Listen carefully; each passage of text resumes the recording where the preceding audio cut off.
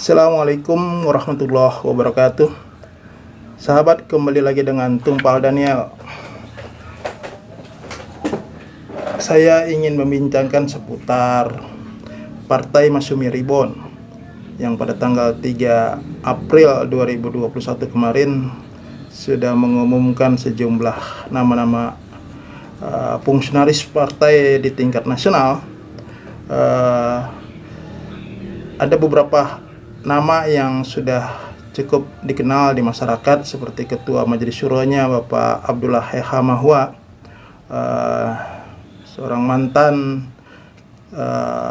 Ketua Pengawas KPK dan dikenal memiliki integritas yang kuat, sederhana dan jujur serta berani. Tapi juga sesungguhnya Pak Abdullah Heha Mahwa di dalam dunia partai juga bukan hal yang asing, karena sesungguhnya di awal reformasi beliau juga menjadi ketua umum dari Partai Islam Masyumi yang waktu itu di pemilu 99, tapi sayang tidak lolos electoral threshold. Selanjutnya di jajaran kepengurusan harian kita bisa lihat komposisinya, di mana ada Ahmad Yani, seorang politisi P3, mantan anggota DPR RI, yang menduduki jabatan sebagai ketua umum. Sementara sekjennya sesungguhnya adalah seorang akademisi, mungkin berkecimpung di dalam dunia partai. Menurut pengamatan saya, mungkin di tahun 2019 tercatat sebagai politisi dari PBB. Dan di bendahara umumnya, Saudara Haji Arif Budiman, juga seorang politisi dari Partai Bulan Bintang yang mengetuai pada periode 2005, 2010 hingga bahkan 2015 itu sebagai ketua DPW Partai Bulan Bintang di Jawa Barat sebagai kantong terbesar perolehan suara Partai Bulan Bintang. Dari ketua umum, sekjen dan bendum memang terlihat ini mereka-mereka yang sudah hafal dalam dunia partai politik, dan kemudian tentu saja diimbangi dengan komposisi kepengurusan yang lainnya itu juga beragam, mulai daripada kaum profesional. Terlihat ada Happy Tranggono, ada seorang pengacara yang cukup beken, juga mantan politisi PAN Joko Edi Abdurrahman, dan juga sejumlah banyak politisi-politisi yang berasal dari partai P3 dan Partai Bulan Bintang. Itu yang saya bisa kenal, dan untuk itu saya ingin mengucapkan terlebih dahulu selamat kepada mereka untuk bisa terus bergiat dan menyiapkan diri untuk segera tentu saja memasuki tahap-tahap yang tidak ringan, yaitu tahap untuk menjadikan Partai Masyumi Ribon itu sebagai partai politik berbadan hukum, baru setelah itu menjadi peserta pemilu. Artinya tahapannya tentu saja sangat banyak, dan itu membutuhkan konsentrasi dan energi yang besar.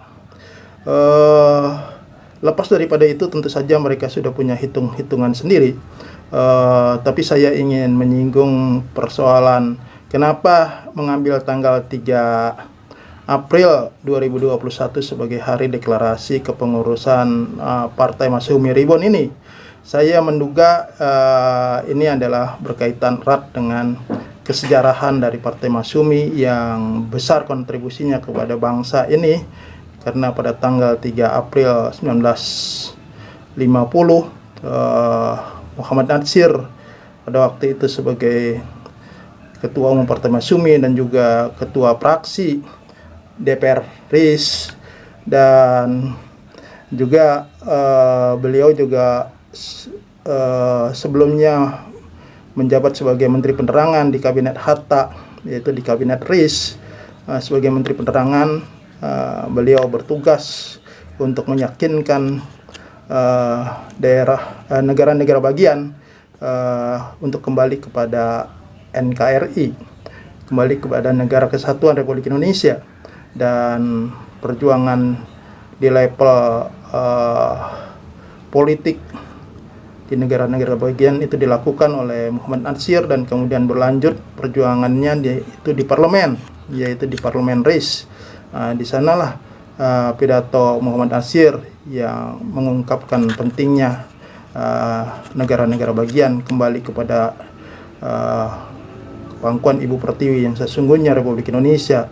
Dan kemudian sejak itulah lahir apa yang kita sebut dengan NKRI, Negara Kesatuan Republik Indonesia. Jadi kesejarahan NKRI ini tidak lepas daripada mosi integral Muhammad Natsir dan peristiwa pada tanggal 3 April 1950 ini.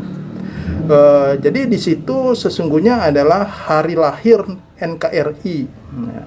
Jadi kalau 17 Agustus dan kemudian disahkan Undang-Undang Dasar 45 tanggal 18 Agustus 45, itu adalah hari lahir negara Republik Indonesia. Sedangkan Negara Kesatuan Republik Indonesia itu lahirnya adalah pada 3 April 1950 itu.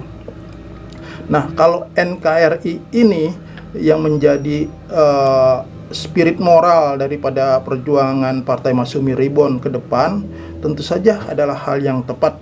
Karena apa?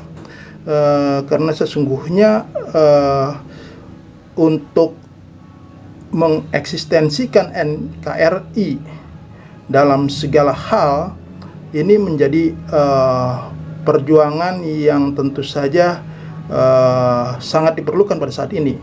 Mengingat apa? Mengingat NKRI yang dislogankan oleh banyak orang, banyak kekuatan partai politik, kekuatan ideologi, macam-macam ideologinya, semuanya mengklaim sebagai NKRI, orang yang paling NKRI, dan dikatakan NKRI adalah harga mati. Tapi kalau kita lihat persoalan sejatinya NKRI sekarang ini, tentu saja banyak hal-hal yang paradoks. NKRI ini kaya raya, namun kekayaannya dihisap oleh negara-negara lain. NKRI memang sudah merdeka sejak 17 Agustus 45, namun kemerdekaan itu masih dirasakan terus menghimpit kebebasan daripada kemandirian para anak bangsanya, pribuminya, masih terhimpit dalam segala persoalan, baik daripada persoalan ideologi, politik, ekonomi, sosial, budaya, dan pertahanan dan keamanan. Semuanya masih dalam hal yang sangat mengkhawatirkan kondisinya pada saat ini. Jadi sesungguhnya platform tentang NKRI, mewujudkan NKRI yang betul-betul berdasarkan tujuan proklamasi, itulah yang sesungguhnya harus menjadi titik awal, titik pijak bagi perjuangan Masyumi Ribbon ke depan. Dan itu adalah hal yang tepat bila mana itu dijadikan sebagai tonggak daripada perjuangan Partai Masyumi Ribbon ini. Karena apa? Karena persoalan yang bersifat ideologi sesungguhnya dalam pengertian Masyumi mencita-citakan kepada Piagam Jakarta, itu sesungguhnya itu sudah terjawab dan sudah terimplementasikan berdasarkan Dekret Presiden 5 Juli 59. Nah, di situ sudah dinyatakan bahwasanya Undang-Undang Dasar 1945 yang dijiwai oleh Piagam Jakarta, dan kemudian pada hasil amandemen Undang-Undang Dasar 45 yang keempat, yang terakhir pada waktu itu pada tahun 2002 di era reformasi, itu dikuatkan lagi pernyataan itu yaitu Pancasila yang mana yang dimaksudkan yang menjadi pijakan bangsa dan negara ini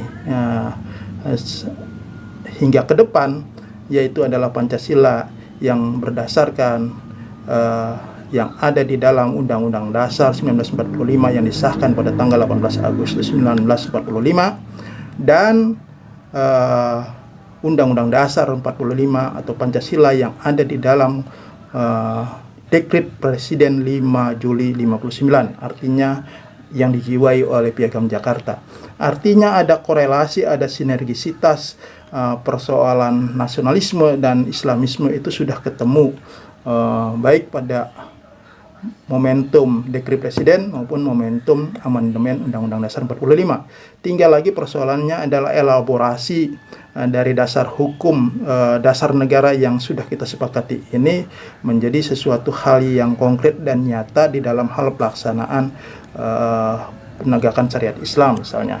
Dan itulah yang selalu menjadi cita-cita atau penerus daripada partai-partai yang berlambangkan bulan dan bintang, atau katakanlah partai-partai yang mengambil inspirasi dari perjuangan Masyumi. Nah, jadi kalau sekarang Masyumi Ribbon mengambil tanggal 3 April sebagai hari kelahirannya, dan bagi saya itu saya maknai adalah ingin mengambil spirit perjuangan untuk menegakkan NKRI yang benar-benar substansi NKRI yang betul-betul berdasarkan cita-cita proklamasi Undang-Undang Dasar Proklamasi Kemerdekaan Republik Indonesia yang pertama. Tentu saja ini tentu saja hal yang tepat. Selain itu, saya juga ingin menyoroti tentang pentingnya bersatunya partai-partai umat ini dalam satu partai politik. Memang sekilas di dalam pada saat deklarasi kepengurusan Partai Masyumi Ribbon itu Ahmad Yani mengatakan bahwasanya akan menggagas praksi Islam di DPR RI tentu saja atau MPR RI. Akan tetapi itu tentu saja bisa terwujud bila mana partai-partai yang berbasis umat Islam, partai-partai Islam itu bisa masuk semuanya ke parlemen. Bagaimana persoalannya sekarang ini partai-partai yang berbasis umat atau partai-partai Islam ini bisa masuk ke parlemen? Itu yang jadi persoalan yang utama. Sementara pendahulunya sendiri Partai Bulan Bintang sudah beberapa kali pemilu terakhir ini selalu tidak bisa tembus ke parlemen.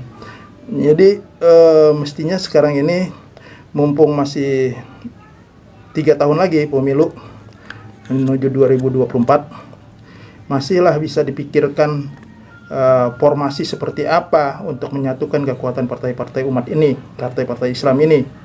Di sana ada PBB, di sana ada katakanlah yang masih di luar parlemen, dan partai-partai yang baru ini perlu memikirkan formatnya untuk bisa bersatu. Ada PBB, ada Partai Umat yang digagas oleh Pak Amin Rais, ada Partai Gelora, partai yang berbasis dari kalangan aktivis Islam, dan kemudian tentu saja adalah Partai Masyumi Ribbon ini. Atau yang lainnya barangkali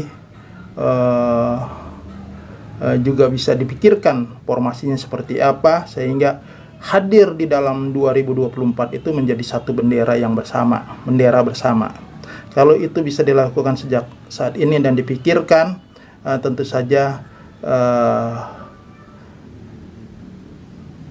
menuju kepada praksi Islam yang digagas oleh Ketua Umum Partai Masyumi Ribbon itu jauh lebih mudah, karena di dalamnya tentu saja sudah ada P3, PKS, PAN maupun PKB. Jadi ditambah lagi nanti dengan satu kekuatan baru, maka tentu saja itu bisa sangat memungkinkan. Tapi jauh lebih penting adalah menyiapkan sesungguhnya partai-partai berbasis umat sekarang ini, apalagi yang memiliki spirit kemasumian untuk bisa bergabung dan bersatu sehingga bisa tembus parlemen, itu jauh lebih penting dipikirkan. Nah, sesungguhnya dari formasi kepengurusan Partai Masyumi Reborn ini kita sudah bisa melihat itu itikat baik dari masing-masing politisi yang bergabung di dalam kepengurusannya itu ada unsur P3-nya, ada unsur PBB-nya, ada unsur Partai Masyumi-nya, dan lain-lain tentu saja, dan dari ormas-ormas lainnya. Tinggal lagi bagaimana sekarang bisa berkomunikasi dengan Partai Umat yang juga sampai hari ini kita belum mengetahui secara persis komposisi kepengurusannya, dan kemudian juga boleh juga berkomunikasi dengan Partai Bulan Bintang yang sudah ada dan selalu eksis mengikuti pemilu dari pemilu, namun masih terbentur untuk masuk parlemen. Dan juga boleh juga dijalin komunikasi dengan Partai Gelora Anies Mata yang sudah lebih awal mendeklarasikan diri dan sudah mulai konsolidasi ke daerah-daerah. Tentu saja bangunan komunikasi untuk menyatukan kekuatan partai berbasis umat yang baru-baru ini atau yang masih berada di luar parlemen ini menjadi sesuatu yang penting. Dan hal itu bisa dilakukan berdasarkan kesadaran dan objektivitas, mengukur diri masing-masing. Maka formatnya seperti apa tentu saja bisa dipikirkan bersama. Saudara, itulah barangkali sekitar pemikiran saya merespon daripada kehadiran Partai Masyumi Reborn yang dideklarasikan pada tanggal 3 April 2021 kemarin. Terima kasih. Assalamualaikum warahmatullahi wabarakatuh.